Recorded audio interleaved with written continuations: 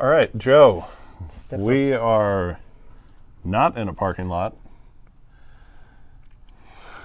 Where are we? We're at the store because it's cold. We're at the store. It was cold. It was cold. So we didn't review Predator Badlands. We went and saw Predator Badlands. Yeah, and we didn't review it in a parking lot. Yeah. But we figured we'd come in here where it's not cold. Yeah. So, yes. What did you think, Joe? It was bumpy at first. Like, I didn't really like it at first because right out of the gate, I didn't like that the girl was like, she was like trying to figure out his language and was like, oh, here, this is the language. You should be able to understand this, English. And clearly the Predator did not speak English. That's not what happened. I mean, that is what happened. It's not, because I thought it was very cool. What she said was she's using a device where whoever hears it will hear it in the language they will understand. So it was actually a fourth wall break that the audience hears it in English because it's speaking in whatever you understand. Oh. Well, they should have done that with the Predator also, though. Well, and it was weird, though, because I couldn't tell whenever also spoilers the entire time, because we're jumping right into it. Whenever the little, let's call him Grogu, is following them around, I couldn't tell if that thing was supposed to be able to understand her or not. Because realistically, he's got, pops and clicks, but that's still some sort of communication he's doing. Is he hearing that? Yeah, I didn't think about that. The little Grogu actually ended up being pretty cute. And that was really smart of them to do that because anytime you put a creature in there that's...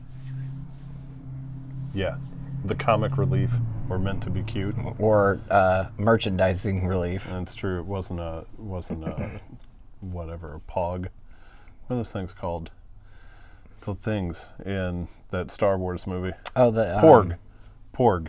It's not a pog, it's a porg. They're like penguins? Yeah. The little penguin. Yeah. Little, whatever. Little pork sausages. Raccoon. Raccoon penguin. Yeah. Yeah, I think you said that whenever we walked out of the theater immediately. You said something about the special effects at the top of the movie, which did not catch me at all. Like, they didn't throw me off. My first impression as soon as it started was it reminded me a lot of Dune, just because it seemed like it was art directed and a fully developed world that they had thought about. And we were immediately just like kicked into it. And then you got the Predator, and then that stuff starts to happen. But like, I really liked the way that it just like dropped you into it and wasn't like, here's a bunch of backstory, or here's how it relates to humans and Earth and whatever else. It was like, these are predators. They're on their own planet, and this is their culture of how they're super brutal with one another. Oh, yeah. Yeah, there was some family issues right at the beginning. That's how it started off. Was with, because much like Star Wars. Family matters. It's all about family. But that's the thing about Predator Badlands. I think that's it's all about Fast family. and Furious. It's all about... I mean, because it echoes, it's all rhymes. When you do a quarter mile at a time, you're like Olive Garden. You're family. Wow. Tie it all in. Wow. So, let's cut this short and go get unlimited breadsticks. Oh, we could go to... Yeah, I didn't think about that. We don't even have to eat food. You just get the breadsticks and the salad. But yeah, I thought the... 83 is the limit. It was cool. Out of the gate, just how you felt dropped in, and they didn't feel like it almost felt like an anime, and it reminded me a lot of whatever it was, Killer of Killers. Yeah. Where it was just like, we're going to show you a setting, get used to it. It's not based on a bunch of human tech. There's not a bunch of humans running around for some reason, whatever else. It's just, these are predators. They're in their own environment. This is this stuff happening. This is why he's going to go down to this planet. So to get into spoilers, it just starts off with him being challenged, and then they're just saying that, the dad wants to kill him because he's the weakest one. They did a good job of making him actually look like a runt. compared to them. Yeah. But then obviously whenever he's not with them, he's insane looking and awesome. Yeah, I mean, he does even though when he's not with them, he does kind of feel like babyish or like naive-ish, I guess. Yeah. Like you could tell he's like a youngster. He feels like he's like 13 or 14, like trying to figure it out. And already yeah, you're right. It had that, like, to put a bunch of human stuff on it, it had that feeling of like his dad is already blaming his brother, that he feels like a bit of a disappointment. But he's already just like... very rude. I don't even know how I'm failing you. Right. I'm brand new to this. So it just felt like, there was a lot of that tension. But because of that, he decides, I'm going to go to this planet with the one thing out there that scares my dad. Oh, that's right. And I'm going to go bring that thing's head back as a trophy. Yeah. And that's how they end up picking the world. That was the entire insane. plot. Yeah, that's totally fine. Because that is the plot. Then he, because that's all you need sometimes. He runs into a Weyland-Yutani synth. Mm-hmm. I didn't know that they were going to do like that kind of crossbreed, I guess, of alien. But that's the only thing, which was cool.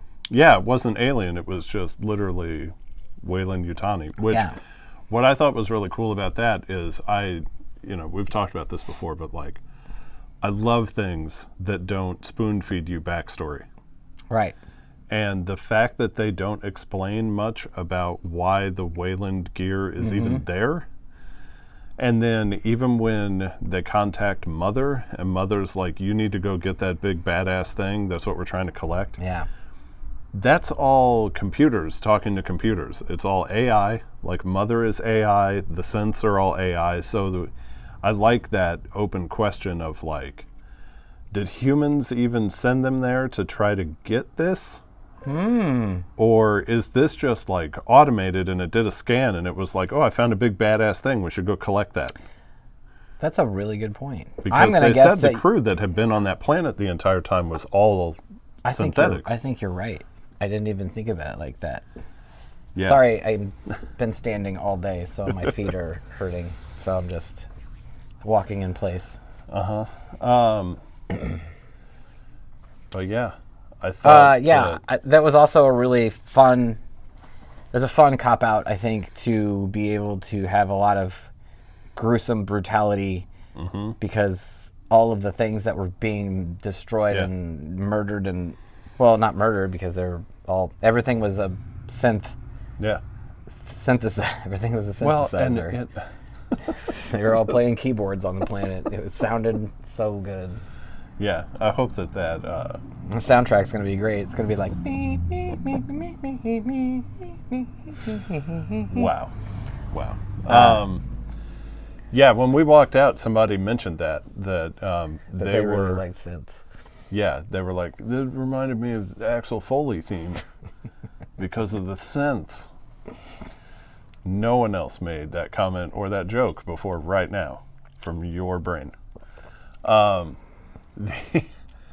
Somebody, when we walked out, said that they were worried that it was going to be toned down because it was PG-13. Yeah. I didn't realize it was PG-13 going into it, and I didn't know it was PG-13 until they said something about it because they were pretty much fucking everybody up.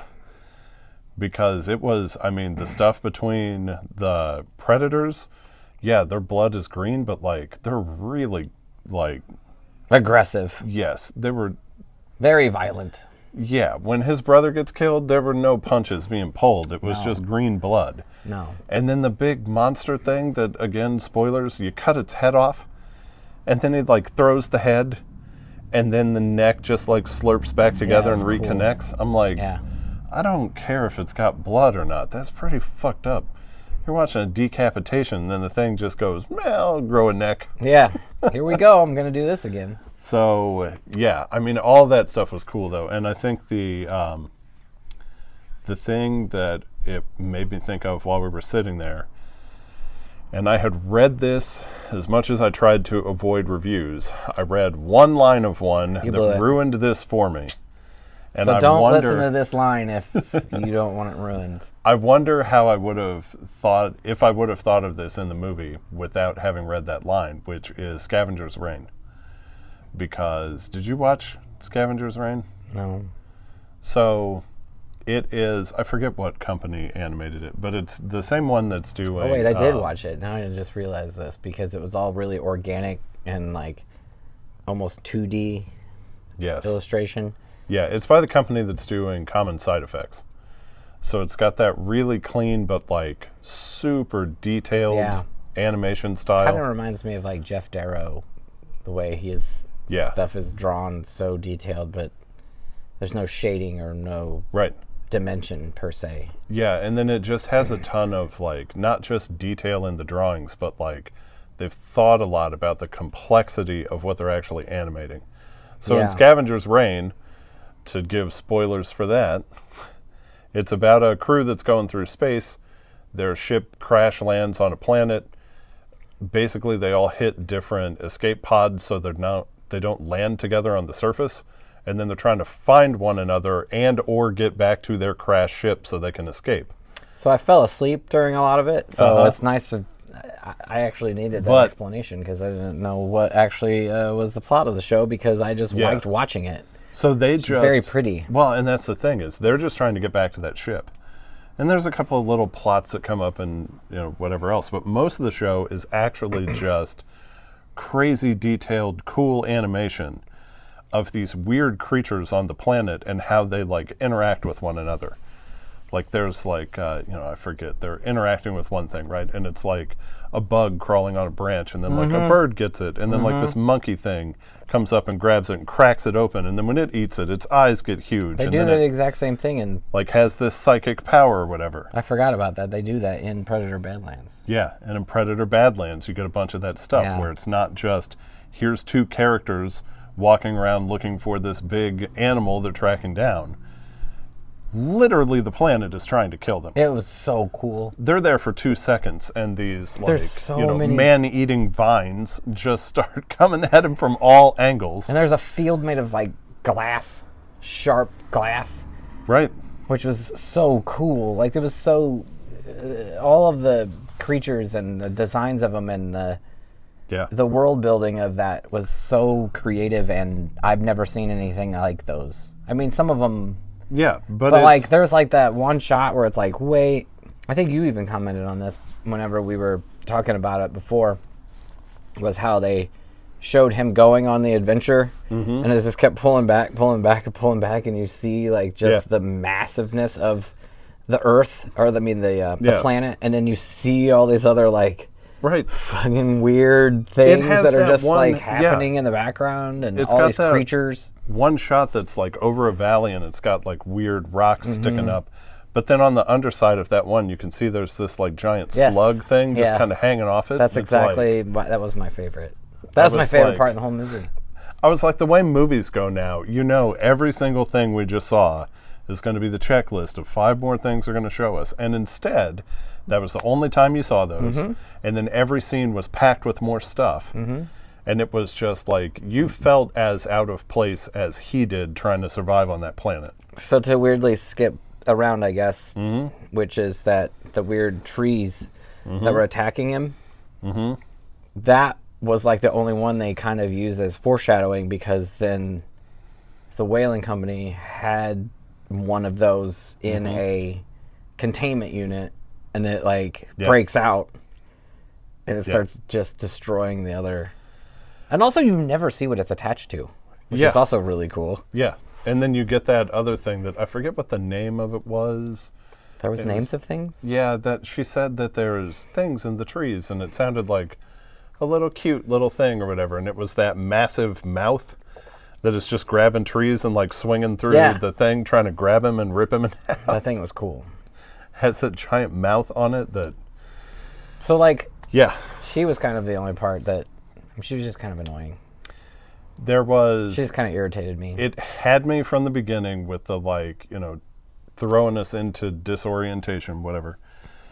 There wasn't anything in English at the beginning. It's just the Predators speaking in their language or whatever. And I was like, this is amazing that we are sitting in a theater where this has like No dialogue. This has given you no entrance ramp to this. Mm-hmm. Like there's no, it's just, this is what it is. Yeah. I hope you know what you paid for. Well, it's funny that it even though they don't spoon feed this to you, but the director obviously did Prey, and he did Killer of Killers, and then he did this. So it was almost like he kind of just expected that you had seen those other two, but didn't tell you that you saw them. Yeah. So your brain is like, oh, these things are familiar to me because I've seen those other two movies. Well, and it's... But you didn't need to see the other two movies for it to work. Well, because when you say that, what it makes me realize is that the thing that is similar between them isn't anything about the Predators, and it's not anything about like the locations. It's all the aesthetic. It's all that feeling of you're going on an adventure, you're going to feel lost. This is a creature that you've only known as a bloodthirsty thing trying to murder everything, including aliens, like xenomorphs. I'm so glad that they didn't There show wasn't up. an Easter egg, like... Right. You know what? I was banking on that happening once they went to where they were collecting samples. I would have been fine with like... No. I would have been fine with like a face hugger in the back in one of those jars. There might have been. But you didn't need it. I know. Definitely didn't need like... Oh, wait, sorry. wait, hold on. Yeah, because they go into his crashed ship at one point, and there's a T-Rex skull on the wall. Oh, yeah, that's right. But was there... I'm trying to think. I don't think there was. There wasn't like a xenomorph skull in there, was there? I don't think so. I don't think so either. But well, sorry. So when I was, T-Rex. when I was saying about Prey Got the and T-Rex. Killer of Killers, I forgot about Alien Earth. Did you watch that? Yes. I watched like an episode and a half, and then I was didn't. like, I actually haven't finished it yet, but that was the whole point of that show, was they were collecting samples. Yeah. And so even in that show, it didn't, like, you got to see that they were collecting samples of other creatures and other aliens. Right. So your brain also was like, oh yeah, they're at the planet doing this now. Right. That's what they were doing also. So like, they didn't have to have the xenomorph thing to make the connection with the face hugger and all that. Like, yeah. Well, and I like the idea that I would like to see this if that was probably in the producer's notes. We need to like have a connection with them. Where's the alien? If this is Wayland, why isn't there aliens? This is a super deep cut, but it's going to be the director's cut of this. Is going to be like the Donnie Darko director cut, where every scene he's just like over the mic, like, okay, now what's about to happen is this. Get it? It's a different dimension. I wonder how loud that is right now. By the way, I'm gonna have to. You're like, I didn't need this. I didn't need you to spoon feed me this. But yeah, so I'd like this if it goes into like extended universe. I like this idea that the universe is built around Wayland Yutani going and running into these different things. Like that the universe is actually us following their misadventures as they keep finding these horrible, horrible aliens of different sizes and shapes, trying to turn them into weapons, and then going, "Oh no, this one also killed all of us." Wasn't that the same plot of Misadventures of Ed Grimley? She's like, now that is a deep cut. Yeah. So I don't know what else Misadventures of Wayland. I would have rather watched that instead of Alien Earth. I don't know what else I remember about this movie. Sorry, I'm just spiraling now because now I want that to be like a sitcom where like all of the people that are trying to collect the species and stuff are just like having the worst time. And it's just this constant like comic relief of like, well, you have to go this time. This last time Jimmy got his arm taken off. He's like, yeah, look at this thing. It's completely gone. It's like a competition show. It's like Survivor, only you got to come back with a specimen. Right. And it's only predators in it. This is turning into like, whatever, a Rick and Morty transdimensional cable. Well, yeah, maybe that's where I'm getting this. I don't know, but if the director wants to call us, we can spitball some ideas. But yeah, so the rest of the We'll write a runtime that script. we haven't talked about is just action. Like, it's literally just action. Oh, to skip back to the other thing. We're good at skipping. Yeah, skip back to the other thing. Whenever she first shows up, I was all in.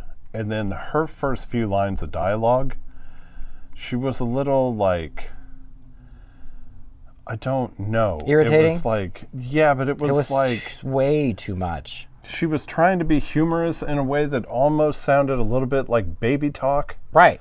And it was like, he just doesn't speak the language you're speaking. It's not that he is 2 years old. Right.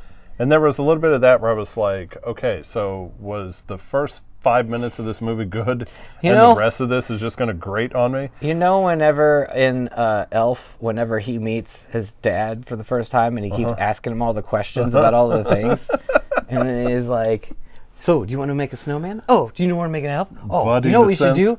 Oh, and then maybe we could do this. Oh, and then after this, and then we'll do this. And it's like, and she just kept going, and I'm like, can you just take a beat and just be a robot for a little bit? And to be clear, this isn't us being weird about like the character or anything. A lot of this has to do with like the actual pacing and editing in the movie. Yeah.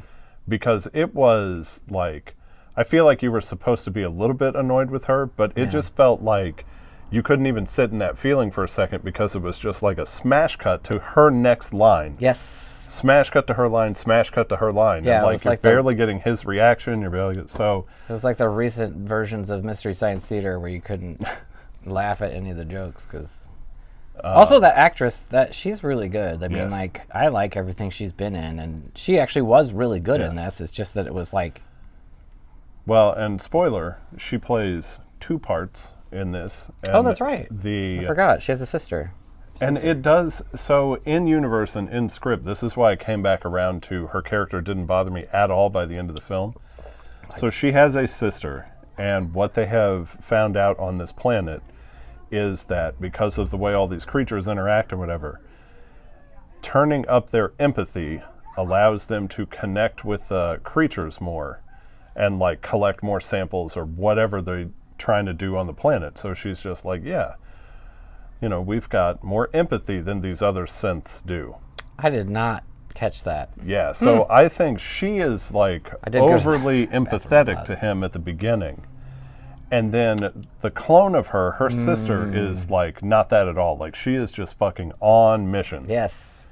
And she's just like, these people are in our way. We need to collect that fucking specimen. She's almost essentially the live, or the real, the mother. Yeah. But like Well- in form of a robot. Get ready for this. Uh-oh. I'm not ready. Get ready for this. The parallel is his father. Because she basically like throws away her sister because she's just like, you got empathy for this thing? Let's just kill this thing and go get the stuff. And it's just like, you are being weak and we need to eliminate weakness. We're here to do a job. And which is the same reason why they, you know, why he had to, why his brother had to die defending him. Yeah. So, but yeah, so then, I mean, it's just, once you get over that bit at the beginning with her, it settles in and then it just finds the right pace. And her character, whenever her sister is there, and then you realize that it's not just her character, it's about her character and the contrast with the other version with her twin. Yeah. And then it makes more sense that one of them is evil and one of them is way too, whatever, sweet or happy, whatever you want to say. Classic Too sisters. innocent. Am I right? Sisters? Hold for, okay. Hold for applause. Hold for edit. Listen, that comment, it was a different time. So you have the dynamic between the two of them, which ends up playing that out better. But then, like, if I'm being honest, I don't really remember what the end of this movie was, other than, The robot legs came after yeah, to find The her. robot. That was kind of funny. The robot legs became the like target-locked robot legs. they became like superhero legs, which was They just need kind to- of bizarre, but it was pretty funny. They need to make a horror movie that's just those legs following somebody, called, get ready. They follow. Oh. Yeah. I thought it was going to be called Long Legs 2. The search for more Long Legs 2, Stroll Harder. That's good. There you go. Yeah, I like that. Yeah, but then, so it, Yeah, you what know. does happen at the end of the movie? Stuff. And I know that. Oh, yeah, he fights his dad. Yeah, and that fight is amazing. And then his mom shows up. It That's what it was. essentially comes. I was like, I remember the end was like, why are you doing? Okay, yeah, because sequel, but it wasn't also the planet looked like Killer of Killers, which was really cool. Yeah. So he fights his dad at the end. Yeah. And his dad goes cloak mode, so you can't see him, because predators can do that. And our protagonist of the film hasn't done it because part of this trial is to earn his cloaking device. But his dad flips his on. Yeah. So then he goes to the ship that he just landed in and kicks on the thrusters. So they're just blowing sand and dirt everywhere. Which was really clever. So then he's fighting his dad, who should be invisible, but you keep seeing him through all of this stuff just hitting the cloaking device and lighting it up. And that part was great. It was super cool. And the fight choreography was it was amazing. really good. It was amazing. Like, they could have easily just been like, normal fight, because, you know, we're just... It felt... I think it felt a little bit like the end of, I mean, not as much of a fight per se, but it was like the end of District 9, where things just kept happening. Yeah. And it just kept advancing, and it was just weirder and weirder shit as they were, like, fighting more and more. And you're like... Yeah. Again... Different weird things kept happening. Spoilers. Cool. This is the worst spoiler I'm going to say. When you find out that not Grogu is, like, a baby version of the big thing he's hunting... Oh, I forgot about that. That was such, like... That was the most Scavenger's Reign part of the whole thing, where it's like, oh, there's part of this ecosystem that we didn't understand that now completely changes the dynamic here. And then you're like, well, if the thing, so the smaller one, whenever they feed it, it spits on him to, like, basically claim him as part of their clan. Oh yeah, that was funny too. And then the big one that's trying to murder everybody comes in and is just sniffing him, and it's like, oh no, wait, you're cool, you got spit on you. That's right. And then immediately you're like... My son spit on you. Yeah, so then immediately you're like, okay, well, he's got to go get his dad back, but now he's not going to kill this thing, right? So then, like... Yeah, I do remember now, the final ending now. It just flips at that moment where you're like, all right, this is... The ending. This is cool. The ending was Guardians of the Galaxy. Yeah, because he throws on that mixtape, and it's like, we'll never break the chain. Well, it was like... I sang that intentionally bad so we don't get DCMA'd for 4 seconds of me singing Fleetwood Mac. You shouldn't have said what it was. You blew it. Donald's. Fleetwood McDonald's. Mac. Tonight. Throw a picture right now of Slayer McCheese. What's the name of that band? Is that a band? No, there's a band that is... Slayer McCheese. They basically, they do... it's Mac Sabbath. They do Black Sabbath covers, but they're dressed as McDonald's characters. I have seen this. Funland yes, characters. Yes, I have seen. And this, here you go, right here, Slayer McCheese. He's great. He's got giant tusks. The original one didn't have that. Do you prefer Predator movies to the Alien movies? Oh, in whole? Yeah. I prefer Alien movies. Yeah. I prefer Alien movies because Alien Covenant. No. And Prometheus. You're like, those are S-tier movies. No. By S, you mean shitty. The S is for sucks. Yeah, it's a Trogdor reference. Picture of Trogdor. Trogdor was a man. Pulling out all the elder millennial internet references. Oh yeah. Flash. You the man now, dog. I don't know. I mean, like, Predator is my favorite because it's such a easy rewatch, and there's it's got just Arnold. Well, say what you will. There's so many good characters in it. I don't care what anybody says about any Arnold movies or whatever. The man is like an action star. Well, yeah. Like just I don't like just charisma. It's just fun to watch him be in a movie. Mm-hmm. That's why I'm glancing over there. There's a Turbo Man, and that movie is terrible, but also great because Arnold's in it. But yeah, so I get the draw when people are Also, like, if you need a Turbo Man for the holiday season. I get why people would say, yeah, Predator because it's got, that action angle in there. You son of a bitch. But I have to go Aliens. Well, I mean, it's just Aliens. It's too perfect. It's just up there with, competing for greatest film of all time. there's Put a little asterisk, not including Lord of the Rings. there's something to Aliens where I would hesitate to watch it more than I would to put in Predator. Because as I go through my brain in Aliens, there's so many parts of it that are like, you really got to be invested in it. As where, like you said earlier with turning off your brain, Yeah. like there's, because I do this all the time. Well, when I'm it's- going through all yeah, my yeah, yeah. movies and It's stuff, and I the- start going through, and I'm like, I pick a movie, and I'm like, I don't want to watch that part or that part or that part. And I'm like, Predator, every single part of that movie is freaking amazing. We've talked about this before with movies you can just throw on, right? Right. Because you're just like, oh, this scene again. Right. It's a good napping movie because you can just You know fall what? asleep and then wake up, and you're like, Perfect segue back to a Halloween movie I just watched that's like that. WNUF Halloween special. The Shining. Oh, yeah. You cannot watch The Shining without having a time block to sit and watch Oh, it yeah. from beginning to end. No, that's impossible. Because if you just watch it in scenes, you're like, yeah, okay, what's he got, an axe now? Whatever.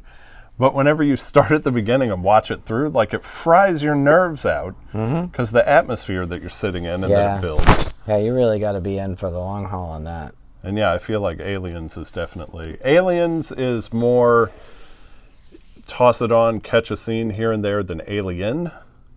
But I think they are, compared to Predator, they're definitely... See, now Alien I would kind of almost put in the same as The Shining.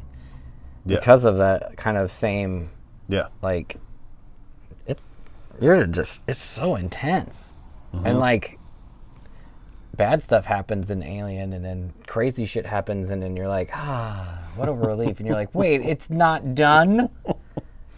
It's still in the ship, and I still have to be on the edge of my seat? What I like about Aliens is the fact that you've gone through that whole first movie where you feel like, oh, this is intimidating, and the crew is caught off guard or whatever else. And then the beginning of Aliens is like, all right, this time it's Space Marines.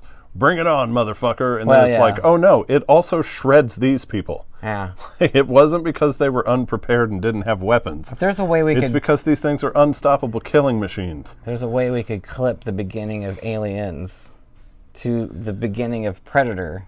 It's almost the same. 'Cause they get dropped down on the helicopter, and then bad things, they find them, and there's the people in the sacks and the aliens, but then there's the people with no skin on it. I didn't even put that together. That's the first time I've ever thought about that. What did you... They're almost the same movie. I'm going to make a side-by-side of the movies. What did you think of Predators? The one where... Which one was that, though? The one where they all just get dropped onto the planet and they're being hunted by the predators. And it's got... I want to say Adrian Brody, and it sounds wrong, and I think that's why it's right, because it was definitely it's like definitely a why Adrian is Brody. it him? I watched like 25 minutes of that movie, and I was like, Somebody saw The Pianist, and they were like, definitely put this guy in a Predator movie. all the Predators are like playing jazz. They're like, what does this character in the Pianist remind me of? Oh, it's definitely Arnold Schwarzenegger Riz. Yes. He definitely reminds me of that. No, I don't think I ever finished that movie because I was really, really bored. And then there's also Predator. Yeah. Wait, The Predator. Wait, Yeah. the first one is called Predator. Yes. And then there's Predators. No. And then there's The Predator. No. Predator, Predator 2, Oh, well. Yeah, okay. Yeah. And then Predators is the Adrian Brody one where they like soft sea-booted it. It's a soft sea boot. Hat tip to Red Letter Media. It's a soft sequel, reboot, prequel. Soft sea boot. Yeah, soft sea boot. They failed. Yeah, I mean, I thought it was all right. I definitely thought it was better than the AVP movies. I found it to be, compared to the thing I thought it was going to be, I found it to be less disappointing than Prometheus. Because Prometheus, I was like, this is going to be a reboot. It's going to be amazing visuals.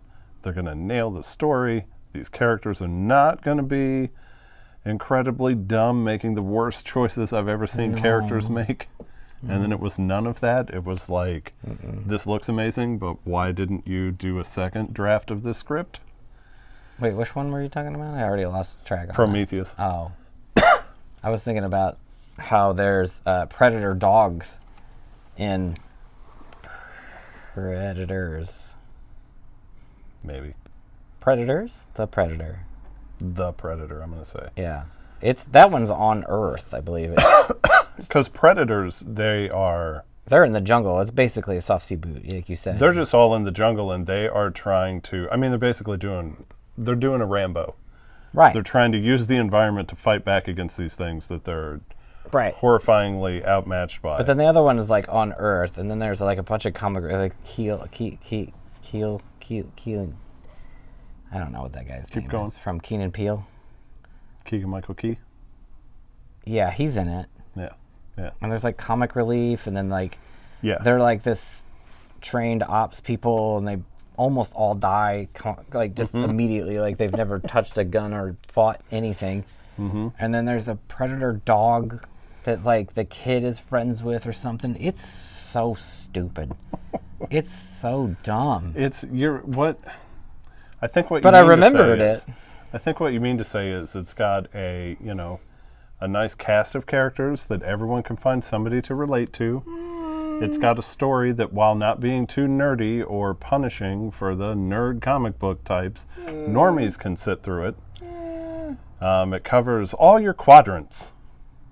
And it makes for a nice, good, bland thing that nobody loves, but nobody hates.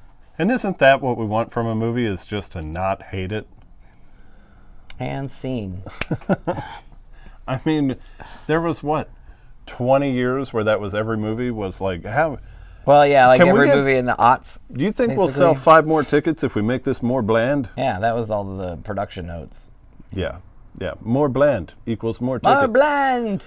So yeah, I'm glad we're my bland. That's why I was trying to make that connection, but I didn't want to try to go there, and then you did it anyway. That's also a joke nobody's going to get. Rebecca's going to laugh. She is going to laugh. And then everyone else is going to go, like, what the hell? Why have I 85 minutes? Why am I still watching this? This is longer than the movie they saw. God damn it, Bobby. Bobby, you dumb motherfucker. I'm going to go to Taco Bell and give me a Baja Blast. Speaking of, I'm getting hungry. We should go. We should go. Is there anything else we need to say about Predator Badlands? Yeah, we should never pronounce it like that again. Badlands. It would be, I don't know. I'd go see it again, to be honest.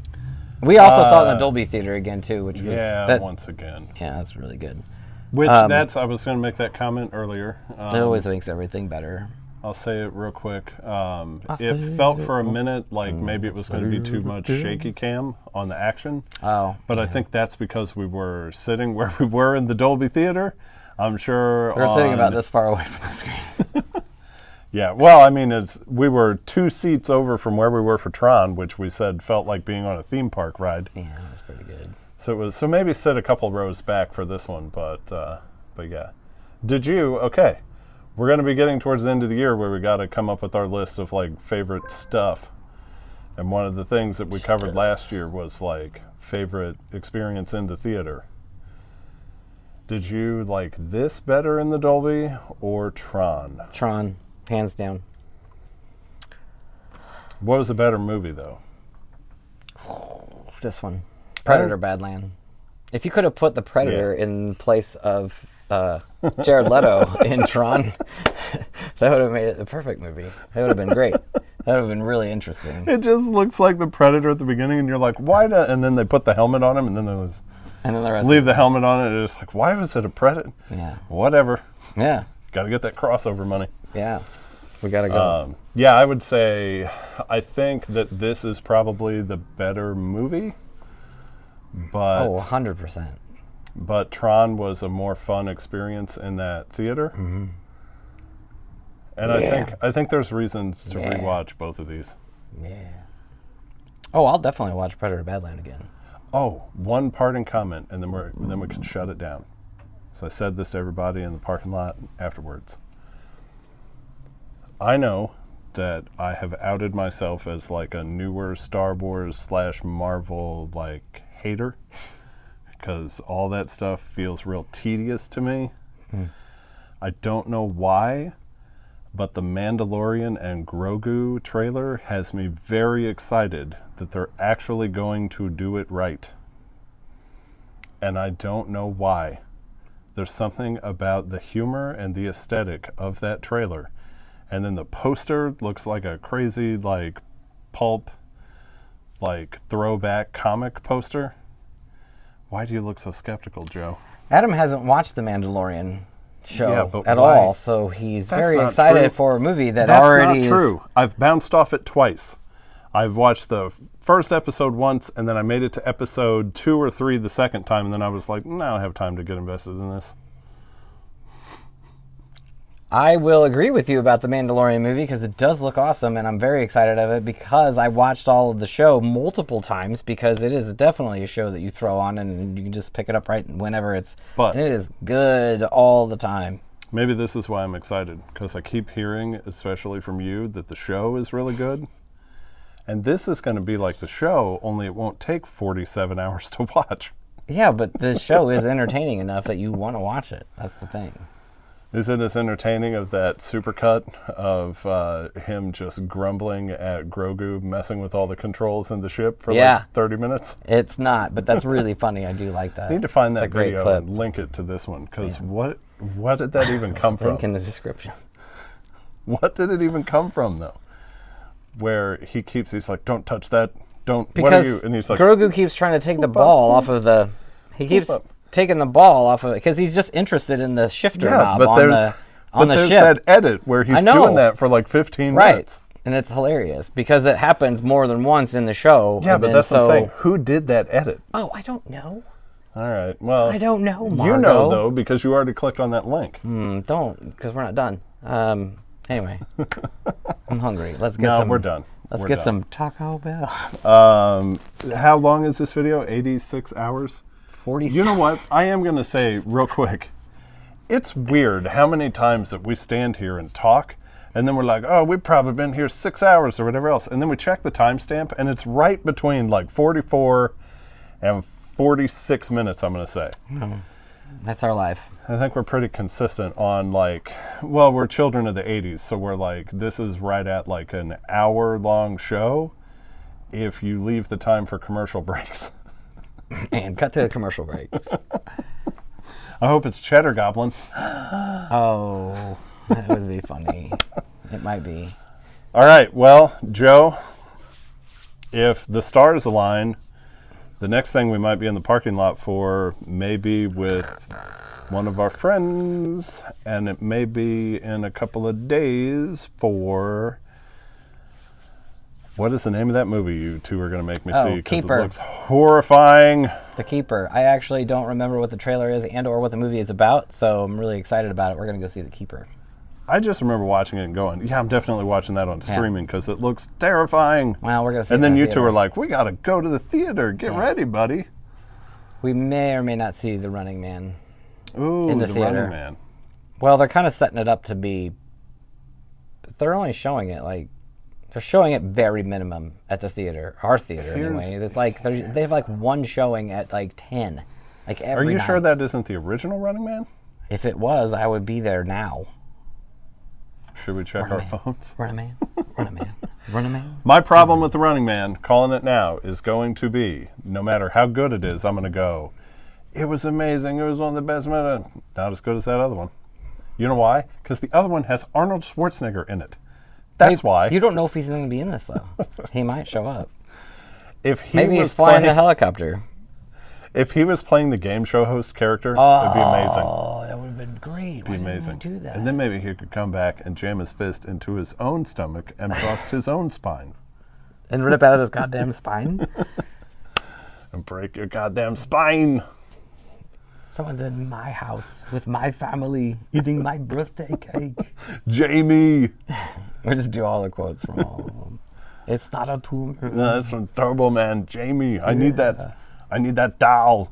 Get down. I need that doll for Jamie. Another 45 minutes of his doing impersonations. I swear to God, if you watch whatever movie that is, Jingle All the Way, the last 45 minutes of that movie, the entire dialogue is just him going, Jamie, no, Jamie, I need the doll, Jamie. I need the doll for Jamie. Well, 'tis the season. Okay. 'Tis the season. It's also the time for food. All right. Well, you guys should go see Predator Badlands. It's fun. Yep. Thanks for hanging out. We're probably going to say that this is another parking lot review, but we're probably going to not do them in parking lots over the winter when it's freezing cold. That's actually why this one's been delayed a couple days, because we talked to some other people and then we were like, now it's time to do the parking lot thing. And Joe was like, I'm cold. I'm going to sleep. That sounds about right. And I probably had to pee, which I do now.